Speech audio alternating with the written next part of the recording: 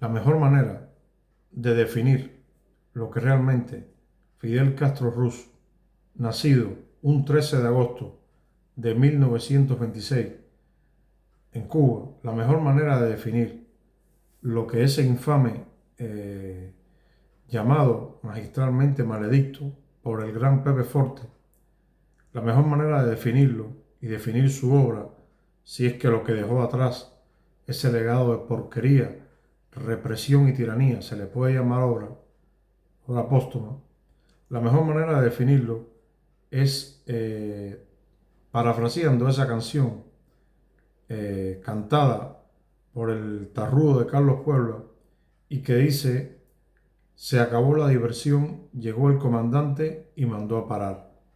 Porque lo más cierto de este mundo es que cuando ese hombre tomó el poder, tomó las riendas del poder de nuestra querida y amada isla, la isla de Cuba, la diversión y la alegría se esfumaron de manera casi automática del alma de los cubanos. No hablo de festividades, no hablo de días de Navidad, no. No hablo de tradiciones, que también las quitó. Me refiero a esa alegría implícita que lleva todo ser humano dentro cuando tiende a prosperar, o como mínimo tiene la opción de luchar para prosperar y ser alguien en la vida. Al todo eso serle arrebatado al cubano, el cubano se convirtió en un ser que reía no para expresar lo bien que le iba en la vida o lo contento que estaba con su vida, sino que reía para no llorar. Y 64 años después, el cubano sigue riendo para no llorar, aunque últimamente parece ser que las lágrimas se están imponiendo a esa risa forzada. Fidel Castro Ruz se vendió, se proyectó, incluso internacionalmente, como un adalid antiimperialista, como un líder supremo insustituible, como alguien con una cantidad de facetas, de aristas, que aquello era un diamante con un diamante en bruto, y realmente lo que era un bruto que no tenía absolutamente nada de diamante. Era aprendiz de todo y maestro de nada. Fracasó en todas las propuestas que hizo para supuestamente mejorar lo que había antes de 1959. Era un charlatán profesional, un charlatán advanced user, un charlatán que era eso nada más, palabras, no era nada más. No consumó ninguna, no llevó a buen término, a buen puerto, ninguno de esos planes de megalomaníaco, eso que tenía de vamos a construir, vamos a hacer, vamos a crear. Nada. Todo se quedó absolutamente en nada. Y demostró, como digo, en un video que dejaré aquí el enlace, un video de este canal que publiqué ya hace un tiempo y cuyo enlace dejaré en la descripción, no dejó absolutamente nada por lo que recordarlo gratamente.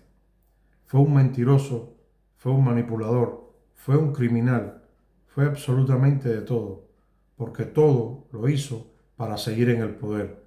Estaba enfermo de poder, nos odiaba como nación y se creía que éramos sus esclavos y que Cuba era su finca particular. Y lo consiguió, pero lo consiguió no solamente por los apoyos que tuvo, sino también, cuando digo apoyo me refiero al ejército, a ciertos dirigentes internacionales, sino también porque una parte de Cuba, una gran parte de Cuba, no fue una minoría, de alguna manera no se dio cuenta que le estaban mintiendo, no se dio cuenta que la estaban manipulando y lo apoyó a extremos bastante.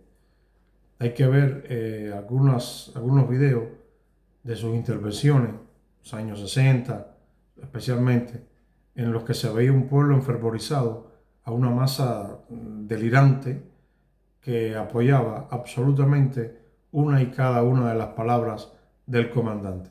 En esa masa, por supuesto, hubo personas engañadas, personas ingenuas, pero también hubo muchísimos que hoy todavía, dicen cosas como esta es tu calle, Fidel, o esta es tu casa, Fidel. A todos esos yo les digo que me alegro sobremanera y de manera inmisericordia de todo lo que les está pasando, porque todo lo que les está pasando proviene de vuestro comandante, de ese comandante al que ustedes adoraron, del que ustedes decían que las cosas que pasaban en Cuba negativas era porque el comandante no lo sabía, un tipo que tenía un control férreo sobre todo lo que pasaba a su alrededor, porque de otra manera no podía sostenerse en el poder, un tipo que espiaba a todos, que tenía puesto a todos contra todos, porque enfrentándolos era la mejor manera de controlarlos. Ese tipo sabía todo, pero esas personas, esa masa que lo apoyó, esa masa decía que el comandante no sabe las cosas, el comandante lo tiene engañado.